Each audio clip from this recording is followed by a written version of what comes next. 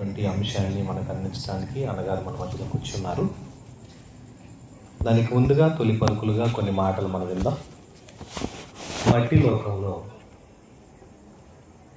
మహాపాపం ఏలుతుందా లేదా జరిగించబడుతుందా అనే సంగతులు మనం కొన్ని తెలుసుకుందాం. ప్రియమైన దేవుని వారలారా, మానవ జీవిత కాలంలో మనిషికి దేవుడిచ్చిన ఈ జీవితం స్వయంగా దేవుడు ఎన్నుకొని కోరుకొని దేవుడు మనకి ఈ జీవితాన్ని ఇచ్చాడు. అంటే భూమి మీద ఉన్న ప్రతి మనిషికి దేవుడే స్వయంగా మనకి అవకాశం ఇచ్చాడు. కనబడుస్తున్న ఈ ఆకారంలో జీవిస్తున్న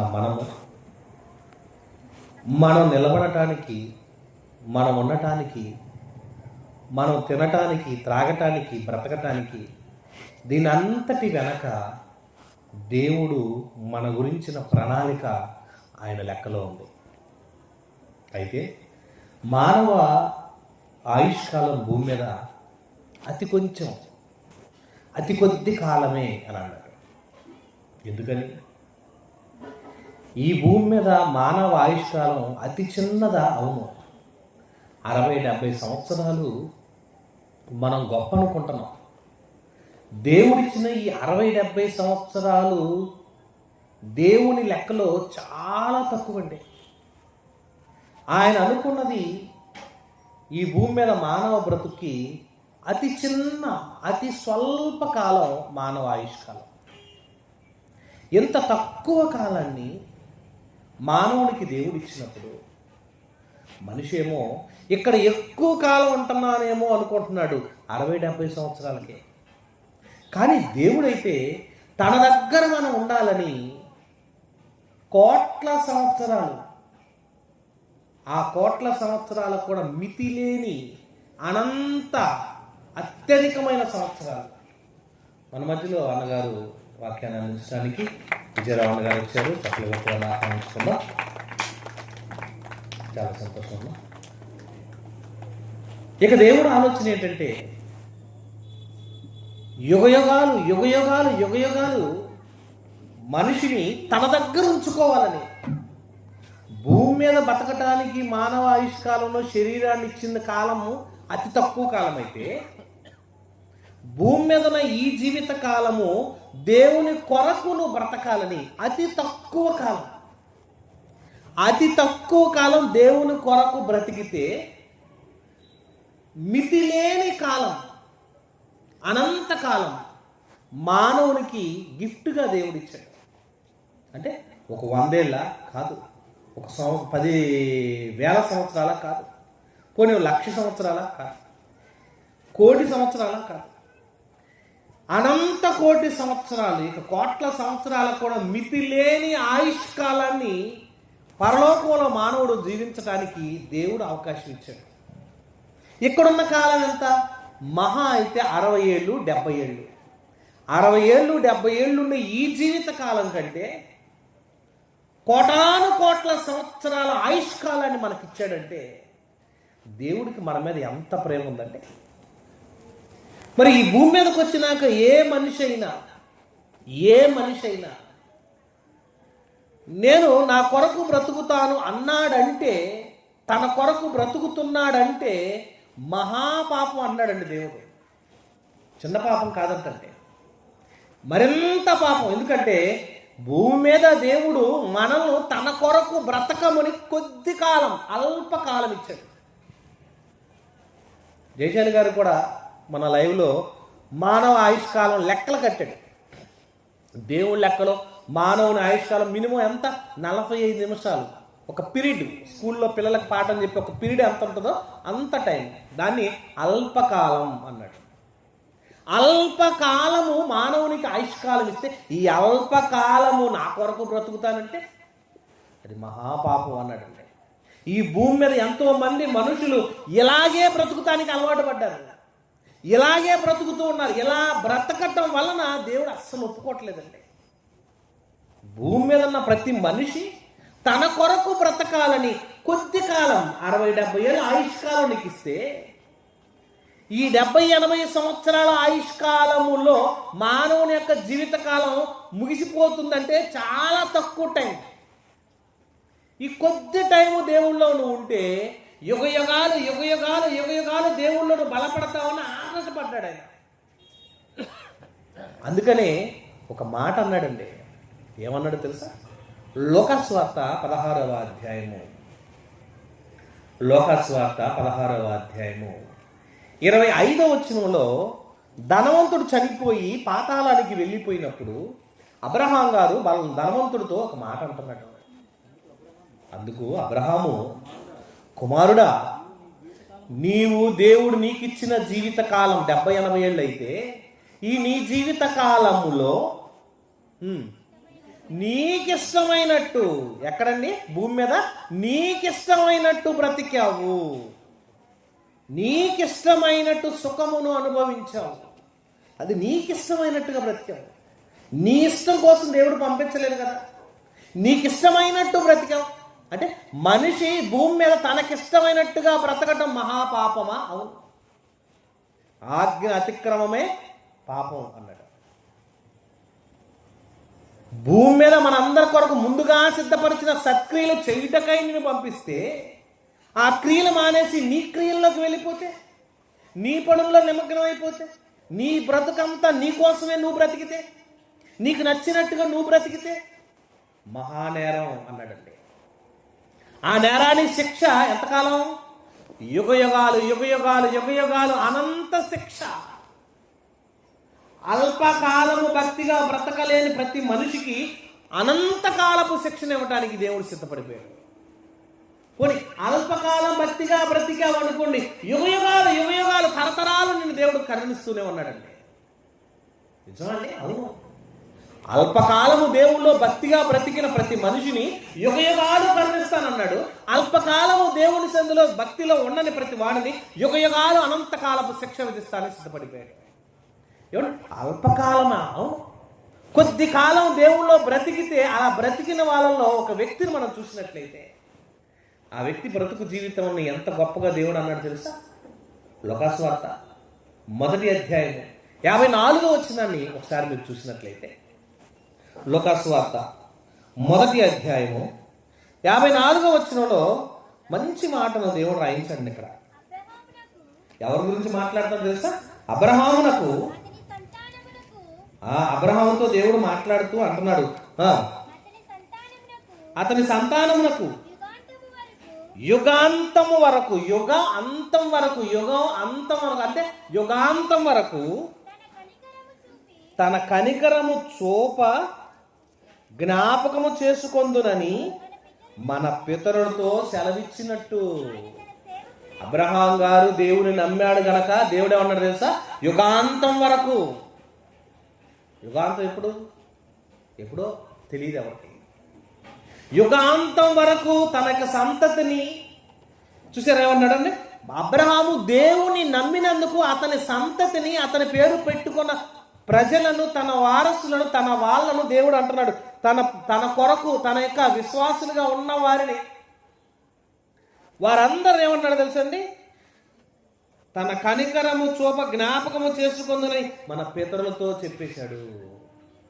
ఎంతవరకు అంటే యుగాంతం వరకు. అదే భూమి మీద నువ్వు దేవుడి కొరకు బ్రతకున్న నీ కొరకు బ్రతికితే,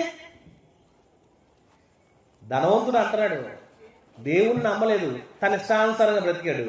అక్కడికి వెళ్ళిన తర్వాత బుద్ధి వచ్చి అప్పుడు అంటున్నాడు, ఏమన్నాడు తెలుసా?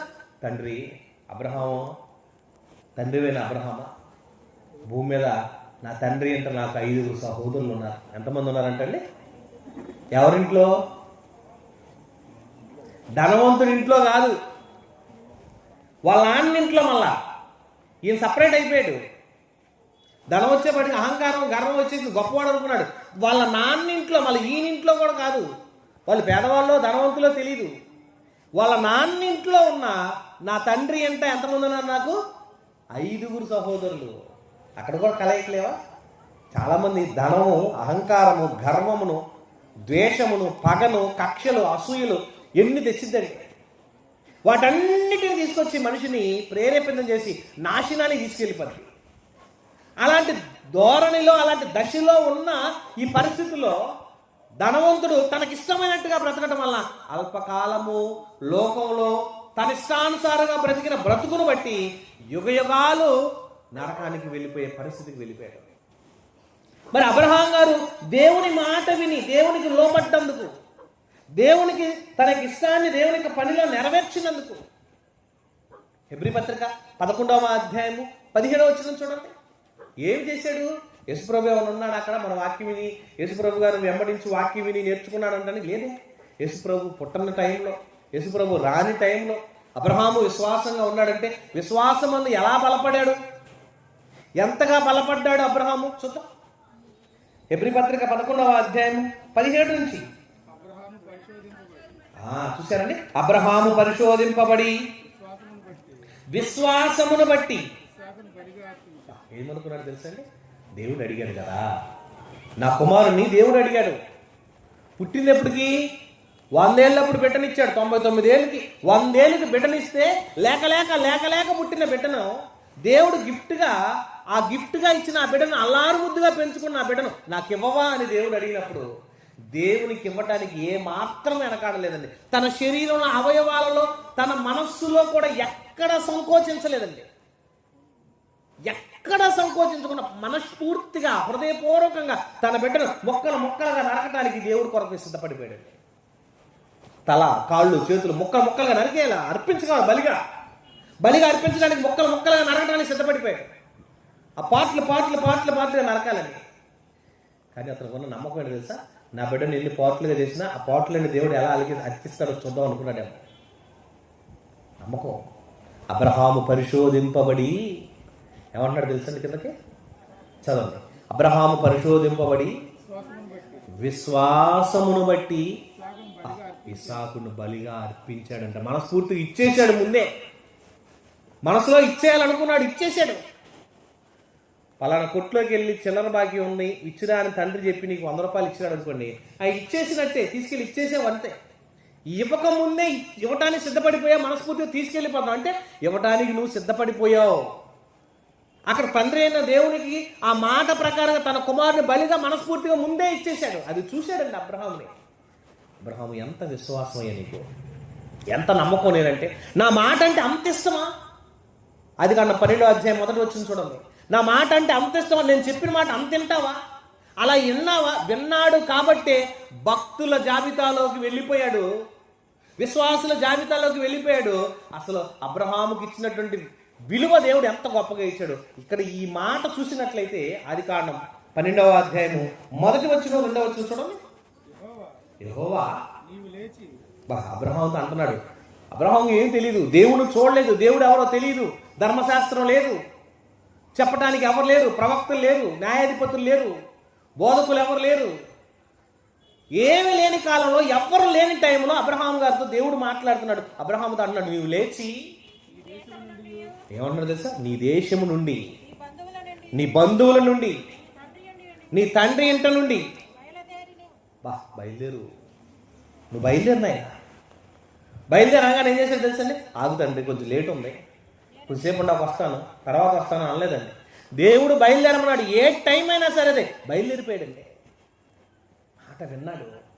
అలా మాట విన్నందుకు దేవుడు ఏం చేశాడు తెలుసా? ఆదికాండం 1వ అధ్యాయం 1వ వచనంలో దేవునికి పేరుంది, ఆది యందు దేవుడు భూమి ఆకాశం సృజించినని. అదే క్రొత్త నిబంధనలకు వచ్చేవాడికి ఆ మత్తయి సువార్త 1వ అధ్యాయం 1వ పేరు ఎవరు రాశాడు చూడండి. దేవుడు మత్తయి సువార్త 1వ అధ్యాయం 1వ వచనంలో ఎవరి పేరు రాశాడు చూడండి. ఎవరి పేరు స్టార్ట్ అయిందండి కొత్త నిబంధన? అబ్రహాం. చరిత్రకి ఆధార పురుషుడుగా ఆదాం ఉండాలి, ఆదాం పేరు రాయలా. పోనీ తర్వాత వంశావళిని అభివృద్ధి చేసినప్పుడు వంశావళి పేరులో ఎవరి పేరు రాయాలి? తర్వాత నోవాహు ద్వారా సంతతిని ఉత్పత్తి చేశాడు, నోవాహు పేరు రాయలా. అబ్రహాం అంటే ఇష్టపడ్డాడు, అబ్రహాం అంటే ఆనందపడ్డాడు. అబ్రహాము నాకు ఇష్టమైన బిడ్డ. అతను తెలియకుండా అసలు నాకు విశ్వాసం అనేది ఉందంటే అతనే. భూమి మీద విశ్వాసులు అంటూ ఉన్నారంటే అతని ద్వారానే. అంటే విశ్వాసులందరికీ తండ్రి అనే బిరుదు ఎవరికి ఇచ్చాడండి? అబ్రహాంకి ఇచ్చాడు. ఆదికాండం 1వ అధ్యాయం 1వ వచనం దేవుడితో ప్రారంభమైతే మత్తయి సువార్త 1వ అధ్యాయం 1వ వచనం అబ్రహాంతో ప్రారంభించాడు. ఎందుకు తెలుసా? అంత ఇష్టం అండి దేవుడికి, అబ్రహాం అంటే దేవుని యందు నమ్మికగా ఉంచిన మీరు కూడా ఇప్పుడు అబ్రహాము సంతానమే. యుగాంతం వరకు చూసారండి, మన లోకాసు వార్తలు అన్నాడు కదా, యుగాంతం వరకు దేవుడు వారిని కనికరిస్తూనే ఉంటాను అని అన్నాడు. మన పక్షాన కూడా దేవుడు అంతగా ఉంటాడు. ఎవరైతే దేవుని మాట వినరో, ఎవరైతే భక్తిహీనులుగా ఉన్నారో, ఎవరైతే ఉంటారో వాళ్ళ సంస్థను, వారి యొక్క సంతతిని, వారి యొక్క వంశాభివృద్ధిని కూడా నాశనం చేసి నిర్మూలన చేస్తానంటున్నాడండి. దేవునికి వ్యతిరేకులుగా ఉన్నవారిని, దేవుని మాట వినని వారిని, దేవునికి లోబడిన వారిని, ప్రపంచంలో ఉన్న ప్రతి మనిషి ఎంతటి వాడైనా సరే ప్రతి వాడి జీవితాన్ని తొందరలోనే వారి యొక్క పతనానికి వెళ్ళిపోయే పరిస్థితి తెచ్చేస్తాను అన్నాడు. అబ్రహాము వంశావళి ఇప్పటికి కూడా నిలబడిందా? మీరందరూ అబ్రహాము సంతతే. విశ్వసించిన ప్రతి వాడు అబ్రహాము సంతతిగా మారిపోయాడు. ఏ దేశంలో, ఏ ప్రాంతంలో ఎక్కడ లేదు చెప్పండి. మరి మాట వినని మహాపాపం చేసే పరిస్థితికి వెళ్ళిపోయిన వాళ్ళందరినీ ఏమంటున్నాడు తెలుసా? చూద్దాం. కీర్తన గ్రంథం 37వ కీర్తన, త్వరగా ముగించుకుందాం. కీర్తన గ్రంథం 37వ కీర్తన 28వ వచనం చూడండి ఏమంటున్నాడు.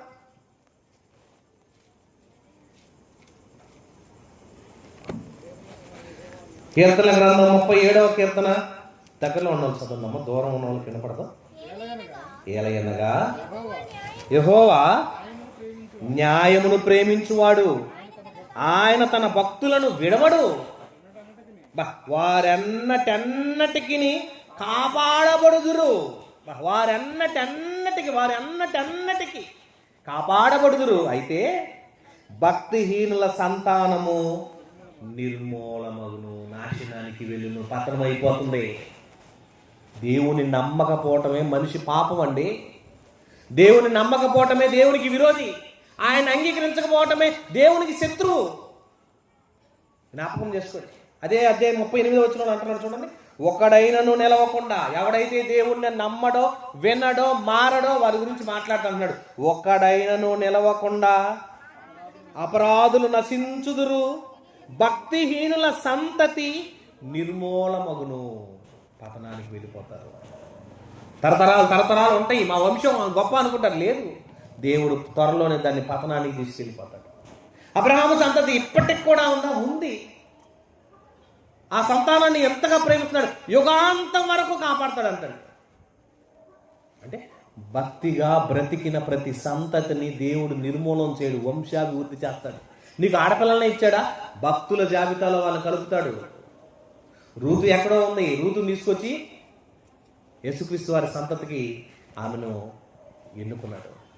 ఎక్కడో ఉన్నటువంటి ప్రతి స్త్రీని దేవునికి కనెక్ట్ అవ్వని వాళ్ళు కూడా కనెక్ట్ చేసుకుంటూ వస్తున్నాడు. అంటే ఒక స్త్రీని తీసుకొచ్చి దేవుని సన్నిధిలో నిలబెట్టాడంటే, ఒక స్త్రీని తీసుకొచ్చి ఆ సంతతిలో తీసుకొచ్చాడంటే స్త్రీ ద్వారా కూడా దేవుడు తన కార్యక్రమాన్ని నెరవేర్చుకుంటున్నాడు. ఆలోచించండి. భక్తిహీనులుగా ఉన్న ప్రతి వారిని నిర్మూలన చేస్తున్నాడు. మహాపాపానికి వాళ్ళు లోనైపోయారు. భూమి మీద చేయకూడని నేరం అంటూ ఉందంటే దేవుని నమ్మకపోవటమే. చేయకూడని పాపం అంటే దేవుని ఇంకా నువ్వు అంగీకరించకపోవటమే. ఎంతకాలం ఉన్నావు, ఎంతకాలం తిన్నావు, ఎంతకాలం బ్రతుకుతున్నావు, ఎంతకాలం నీకు ఎంత ఇచ్చాడంటే, ఇంత చేసిన ఈ సృష్టిలో, ఇంత ఇచ్చిన ఈ ప్రకృతిలో అన్ని ఇచ్చిన దేవుణ్ణి ఇంకా నువ్వు నమ్మట్లేదు, అంగీకరించట్లేదంటే మహానేరం చేసిన వాడు అయిపోతున్నావు. భూమి మీద నువ్వు ఎవరు నమ్మినా నమ్మకపోయినా, ఏది తెలుసుకున్నా తెలుసుకోపోయినా, దేవుణ్ణి తెలుసుకోవాల్సిన బాధ్యత ప్రతి మనిషిది. ఆయన వెంబడించాల్సిన బాధ్యత ప్రతి ఒక్కరిది. ఆయన కొరకు బ్రతకాల్సిన బాధ్యత ప్రతి ఒక్కరిది. అలా చేయని ప్రతి వాడిని దేవుడు నిర్మూలన చేస్తానంటున్నాడు. కీర్తన 14వ అధ్యాయం 5వ వచనం చూసినట్లయితే అక్కడ కూడా అంటున్నాడు. ఎంత భయంకరమైన పరిస్థితిలో చూడండి. మాట వినని ఏ వ్యక్తినైనా, వారి కుటుంబంలోనైనా దేవుడు అంటున్నాడు తెలుసా? 14వ అధ్యాయం 5వ వచనం. ఎందుకనగా దేవుడు నీతిమంతుల సంతానము పక్షమున ఉన్నవాడు. ఎవరి పక్షాన ఉంటున్నాడు? నీతిమంతుల పక్షానే ఉంటాడు. దేవుని నమ్మక నిష్టానుసారంగా బ్రతికేవాడు నీతో ఉండడు. అబ్రహాము సంతతిగా మీకు పేరిచ్చాడు. విశ్వాసులకు తండ్రిగా ఉన్నాడంటే, మీరు నీలో విశ్వాసం అంటే వచ్చిందంటే నీకు ప్రారంభికుడు ఎవరు? అబ్రహాం గారు. అందుకని అబ్రహామును ప్రేమించాడు దేవుడు. మత్తయి సువార్త 1వ అధ్యాయం 1వ వచనంలో ఒక బైబిల్లో ఆయన రాసుకున్న పేరులో ప్రారంభ నిబంధనలో ప్రారంభ పేరే అబ్రహాము రాశాడంటే ఎంత ఇష్టపడ్డాడండి విశ్వాసంలో. ఆ విశ్వాసులకు తండ్రిగా మీరు ఎన్నుకున్న అబ్రహామును బట్టి మిమ్మల్ని ప్రేమిస్తున్నాడు. భక్తిహీనులుగా ఉండకాదు. అందుకని ఏమన్నా తెలుసా? ఎందుకనగా దేవుడు నీతిమంతుల సంతాన పక్షమున ఉన్నాడు. నీతిమంతుల పక్షాన ఉంటాడు. నీ పక్షాన ఆయన ఉంటాడు. మరి మాట వినకపోతే శాశ్వత కాలం వారి సంతానం ఎంత కాపాడుతాడో చూడండి. కీర్తన గ్రంథం 89వ కీర్తన 29వ వచనంలో, 89వ కీర్తన 29వ వచనం,